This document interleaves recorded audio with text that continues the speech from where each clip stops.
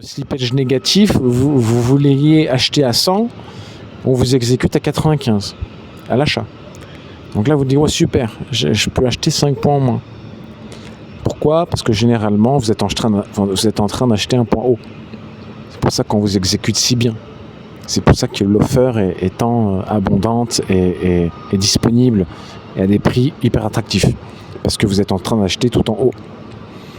Donc tout ça pour dire que voilà, je pense que la réponse, un élément de réponse, encore une fois, cette réflexion, c'est de regarder un volume profile.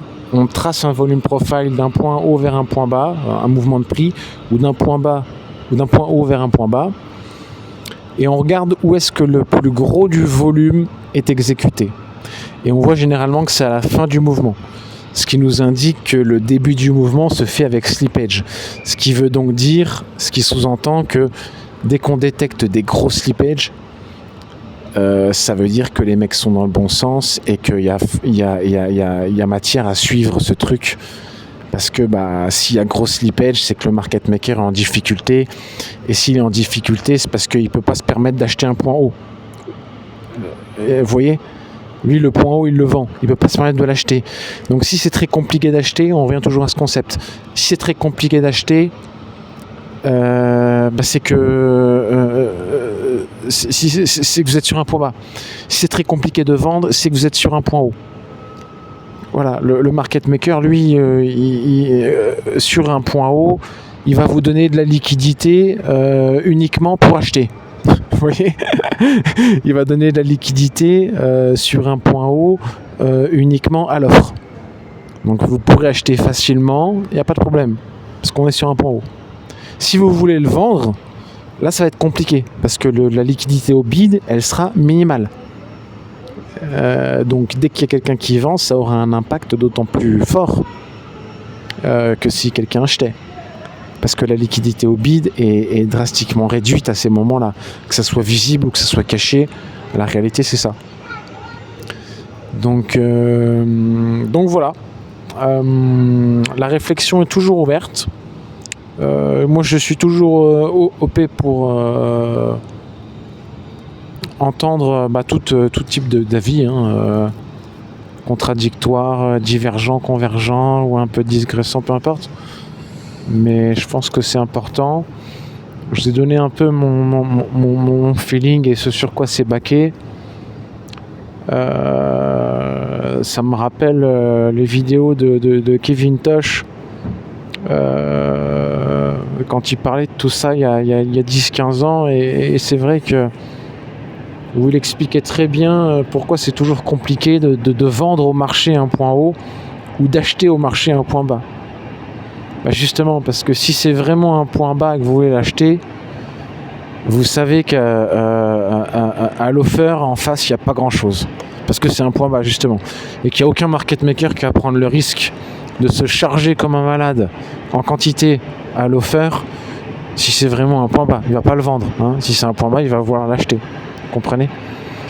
Donc voilà. C'est basé sur du market making. Et le market making, c'est basé sur la façon en fait intrinsèque dont fonctionnent les marchés. C'est-à-dire que chaque marché est organisé, si vous voulez, comme ça, par un ou différents market makers qui fournissent la liquidité donc à l'achat et à la vente sur tous les prix, de façon algorithmée et à très haute fréquence.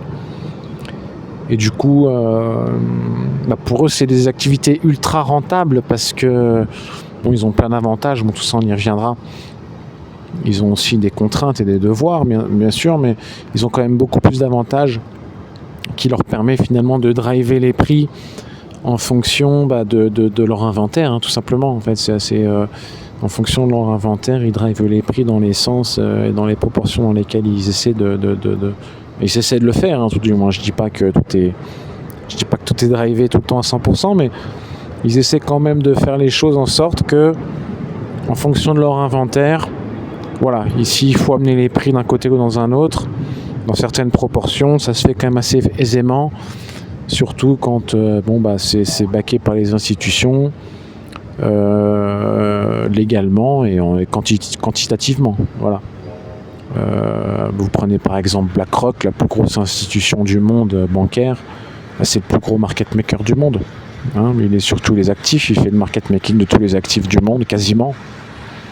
Et voilà, c'est une réalité quoi. Donc voilà. Je pense que la réflexion est ouverte. Vous avez compris à peu près où je voulais en venir avec cette réflexion. Je vous ai donné aussi mon avis qui est pour le coup là, je vous avoue assez tranché, mais je suis ouvert à tout. Et on va passer après à la troisième partie du podcast au niveau exploitation de tout ça, parce que c'est ça le plus important finalement, comment on exploite et comment on met en œuvre, excusez-moi pour comment on met en œuvre justement ces concepts et ces réalités quand même pratiques, comment on les met en œuvre dans le scalping ou dans l'algorithmie auto-trading comme on fait avec MetaQuant. Ça reste une finalité quand même vachement importante. Voilà, écoutez, merci pour votre attention. Ça fait le petit quart d'heure, petite demi-heure. Je vous remercie pour votre attention. J'enchaîne juste après avec le 4e podcast. Merci beaucoup.